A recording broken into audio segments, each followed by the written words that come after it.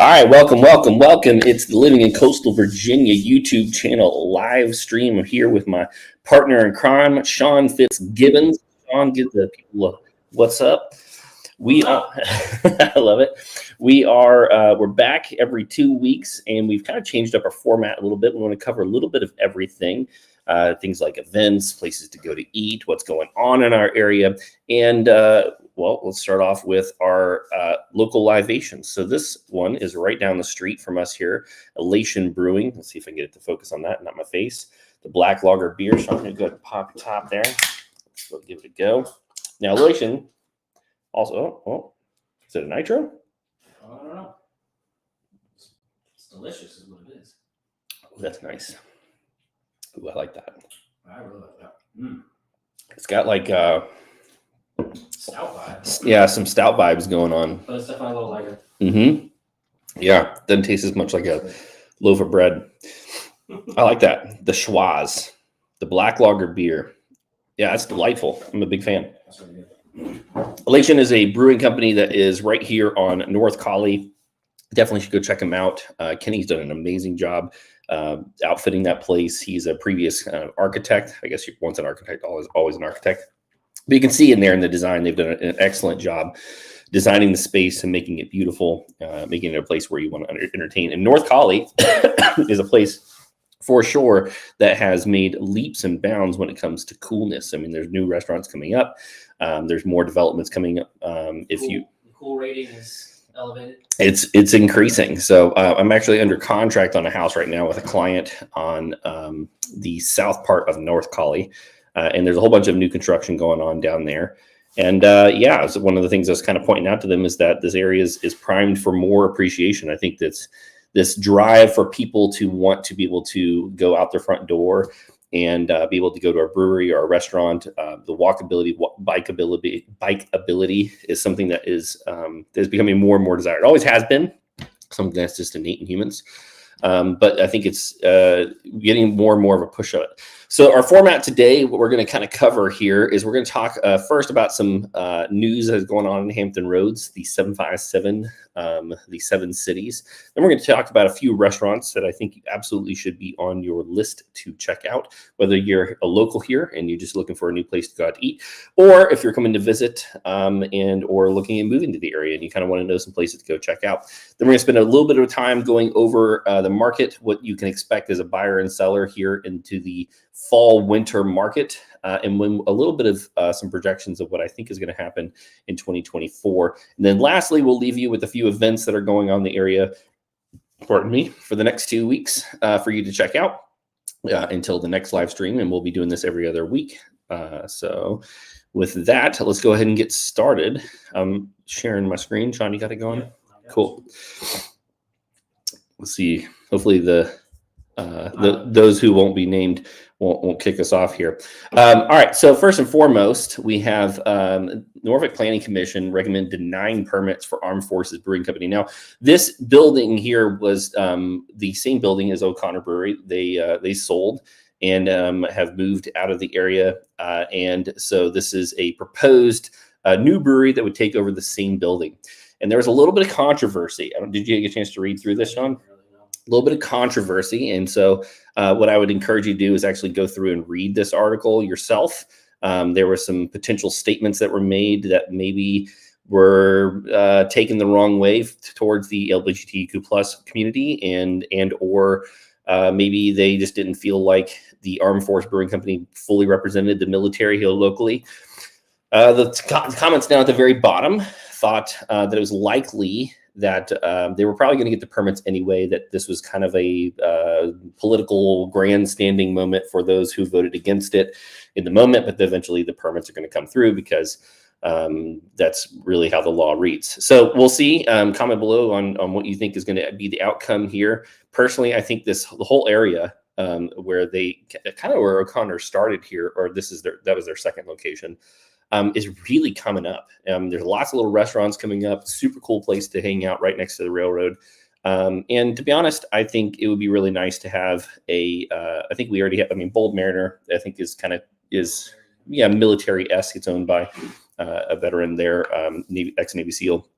And then it would be nice to have another one, I think, that represents the military. I think that would be kind of cool, but we'll see where that goes. You can go and read more into that article. It's kind of an important deal. Next one we have is that the Virginia Beach City is allocating money, $4 million, to begin the process of turning Rudee Loop into a public park. One, I think this is going to be awesome. There's so much going on down at the ocean front. We have the wave. Is that what it's called? The wave, the dome, the wave. A project that Pharrell Williams is involved in. There's a surf park there. There's going to be entertainment venues, some extra hotels, some more restaurants, and it's going to be super cool. And so this is just another way for us to continue to elevate the experience down at the ocean front, bring and drive more money to the area, which I think is absolutely fantastic. It's going to bring more jobs. It's going to be able to drive the desirability of Virginia Beach up even further. And hopefully one day, eventually, we will be able to pull in a major sports team. So we'll see how that goes. But this is some big news, and it's cool to see that these things are starting to kick off. Well, don't want to give away too much here. Third up here is we have DOMA Technologies expanding into Virginia Beach, creating 300 plus new jobs. So not only do we have, let me pause that real quick. Not only do we have Amazon coming to the area, which I think they're projected to bring in 1,000 new jobs. DOMA Technologies expanding into Virginia Beach, creating 300 more tech jobs. And this is a data transfer, data holding sector. I guess they do a lot with the military. And yeah, this is cool that we're bringing even more jobs. Virginia, as the state, was the third largest growth jobs growth state in the nation. So really some good things going on here locally. This is always it's always a good thing to see this. Now, the downside of this, if you got more people coming to the area, that means more demand. It also means that that unlikely you're going to see any, I guess for those who already own homes, they're like, yay, my house is going to go up more in value because more demand. For those who haven't purchased already or are looking at purchasing and we're hoping for some alleviation of that pressure on pricing, it just more and more news is coming out that that's probably not going to be the case. All right. So those are three big things I think that are going on. Now, let's roll over into restaurant highlights. One being right there in the Railroad District, the Fishin Pig. Now, I've been here a few times. Sean, you've been here a couple times? Yeah. I just recently went and was impressed again. Yeah, this is one of those that's like, I personally think I say properly rated because I think they're awesome, but it's one of those places I just think more people need to know about it. The food is so very good. If you like, pardon me, if you like, what's the word I'm looking for? What's fried pork skins? What's that called?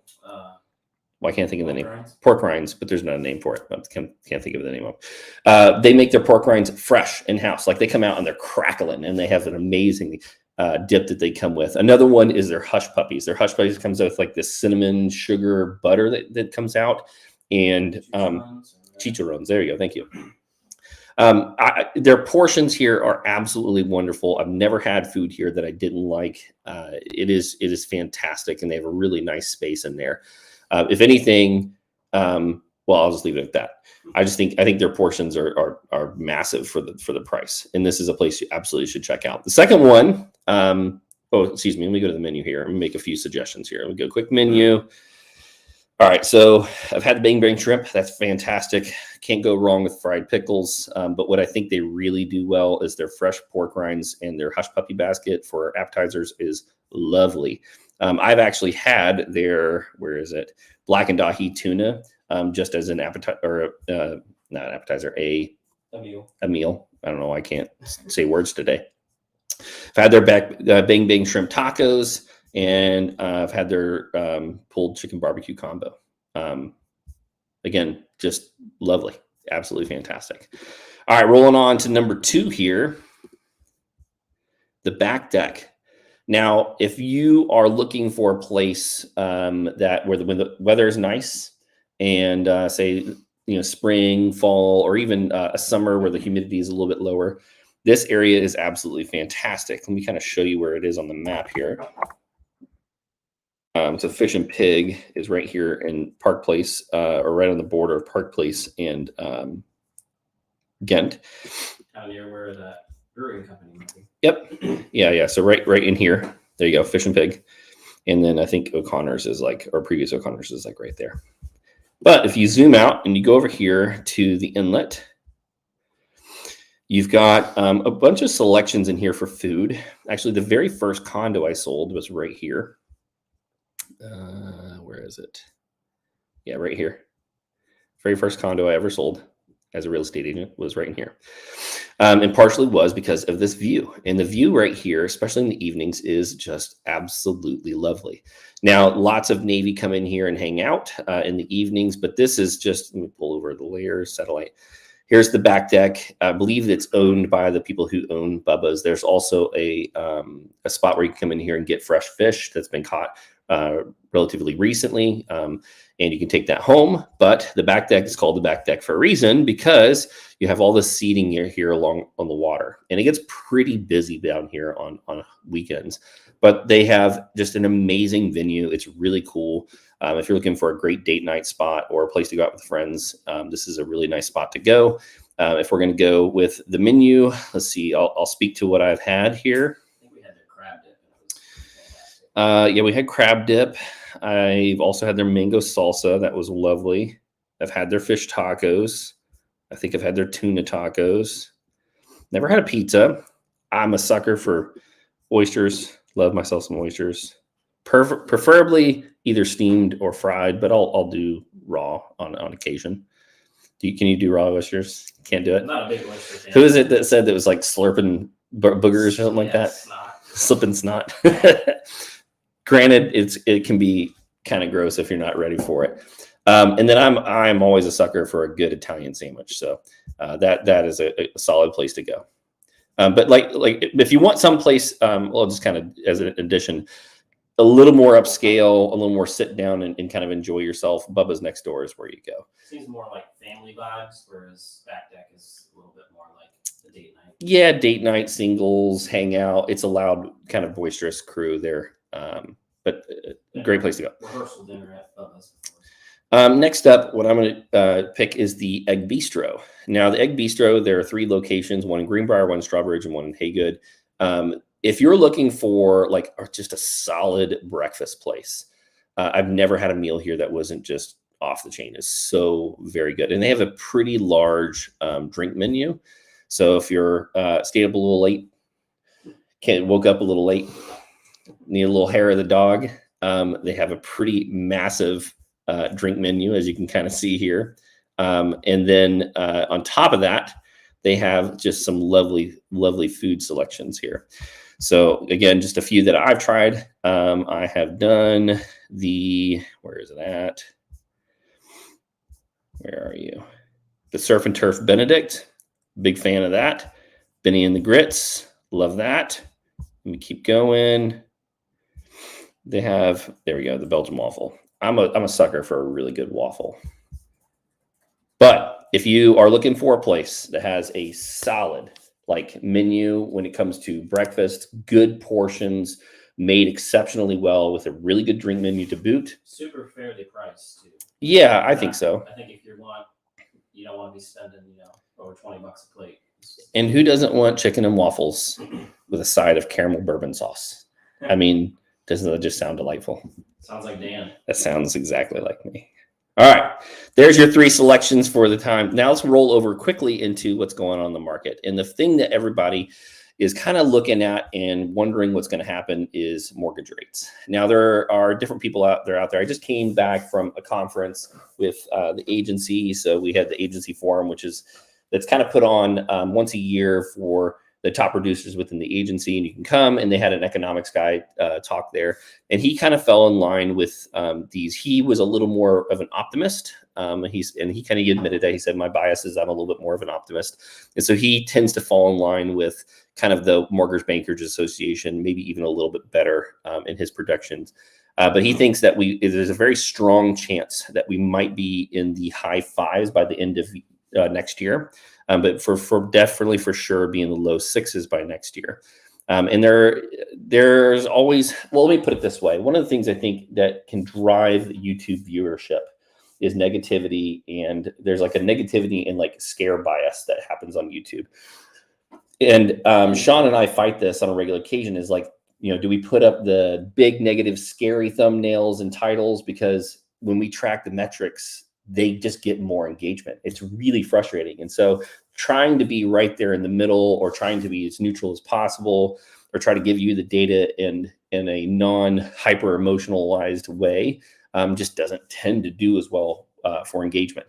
But here's kind of what I'm thinking. And I kind of said this prior, is when we're looking at the value. So this right here is the median sales price for our area, going back all the way to 2004. All right, here's the run up all the way in 2006. And then you can see the correction. It came back all the way into 2012. And then a year over year from about 2011 to about 2019 or so, you saw we had some very normal appreciation market, right? We saw year over year, and this is kind of what we're tracking. We're not really genuinely, we're a little bit less interested in the month to month, right? Because you can see that it peaks during the summer and comes down during the winter, and peaks in the summer and comes down in the winter. But we're looking at as year over year data. What happened from one summer to the next, or one winter to the next? And then right around 2020, right, when COVID hit, we saw just rapid appreciation in prices, more than what is normal. And there were a lot of people predicting last year that the market was going to crash. Well, what happened? We have a peak here at 325 and a peak right here at 340, right? 2 months in a row. We saw about 6.25% appreciation year over year. Now we've seen a bit of a retraction, right? Just like here, you saw some retraction here or some retraction here. But what I'm seeing right now is I'm not sure if it's going to retract much more. It'll be interesting to see what happens in January, February, because January tends to be the slowest possible month.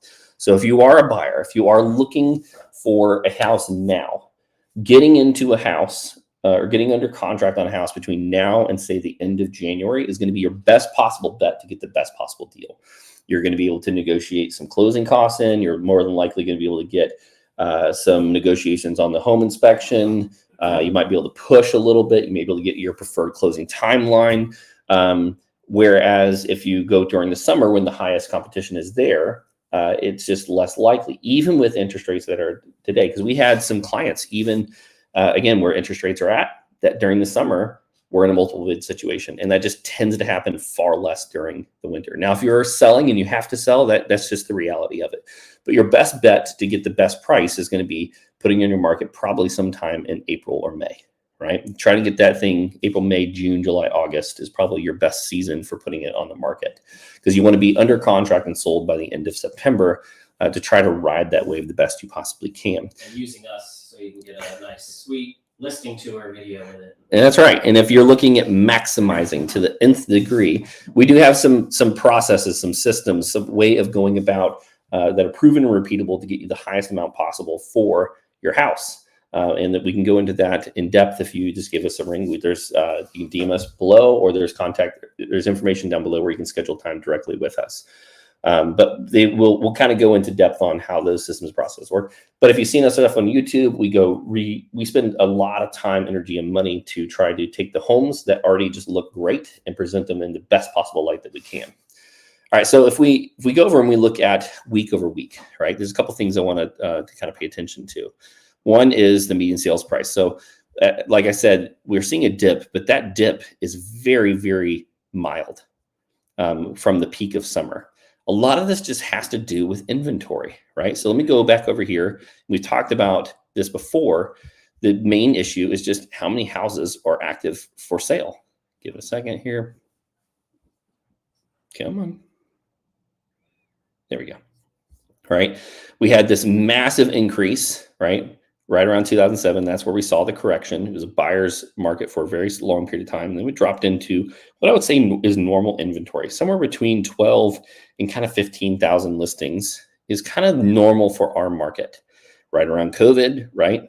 March of 2020, it collapsed, right? And so we lowered interest rates and we also lowered inventory. And so that's where prices did what they did. Well, we're in this season here where, yes, inventory is slightly increasing, but it's just nowhere near these levels. Now, it'll be interesting to see, right? Because what you'll see here is that the bottom tends to be January, February, March, right? And the peaks tend to be during the summer, right? So we're headed towards winter and we're seeing a slight increase, But right around January, February, I'm expecting that inventory is going to slightly increase even more. But if that is correlated with interest rates going down, that also means that more buyers are coming into the market. And so I've described my projection as a little bit of a kind of a law of diminishing returns curve, right? There's this just slow diminishing increase. Now, what you have to remember is that appreciation in general for the last 150 years or so has been about 3 to 5% appreciation year over year. So when I say that last year was 6.5%, that's still more than normal. Is it less than what we saw during COVID at 12 or 20 or something like that we saw that was just absolutely absurd? Sure. But to expect the market to maintain at the interest rates that they're at is just kind of foolish. If you are a seller in today's market and your house is on the market and you're not getting the showings that you're wanting, you just may have to consider doing a price reduction, right? If you are putting it on the market and you're getting lots of showings but no offers, maybe there's some things that you need to improve on your home. All right. But what I'm back to my prediction here, I just think that we're going to see the market kind of go back into normalize. And when I say normalize, when we're not sold right within 2 weeks, 3 weeks, some of these people that I've talked to, they're so used to everything being under contract in that first weekend. Well, let's just go back and let's look at what was normal. If I go back, sorry, not on weekly trends, but from all the way to 2004, and I look at median days on market, right? From this average or normal market from 2012 to 2019, right? And you can see it got slightly more aggressive each year. We kind of saw lows in the 30s and the highs during winter at 54. Well, we're headed into winter. 54 days on market kind of normal. And what we're seeing here is that this is all houses is 18. I would not be surprised in the least by in January if we're up here into the 30s and 40s. Would not surprise me in the least. It does not mean that we're doing a massive correction. It doesn't mean the market is crashing. It just means that the market is normalizing. We're getting back into normal territory. All right. Okay. I think that's enough for market information here. Let's go over into a couple of events. And the very first one we're going to talk about is our event. So if you are a client of ours or you're part of the Cool Kid Club, you can get this link. It's actually happening tomorrow. So this says sales ended. That's just because, well, there's no way we can order a whole bunch of pies last minute. So we use a local baker called Nas Bakery. So you can always go and patron them. They have amazing apple fritters, by the way. Best I've ever had in my life.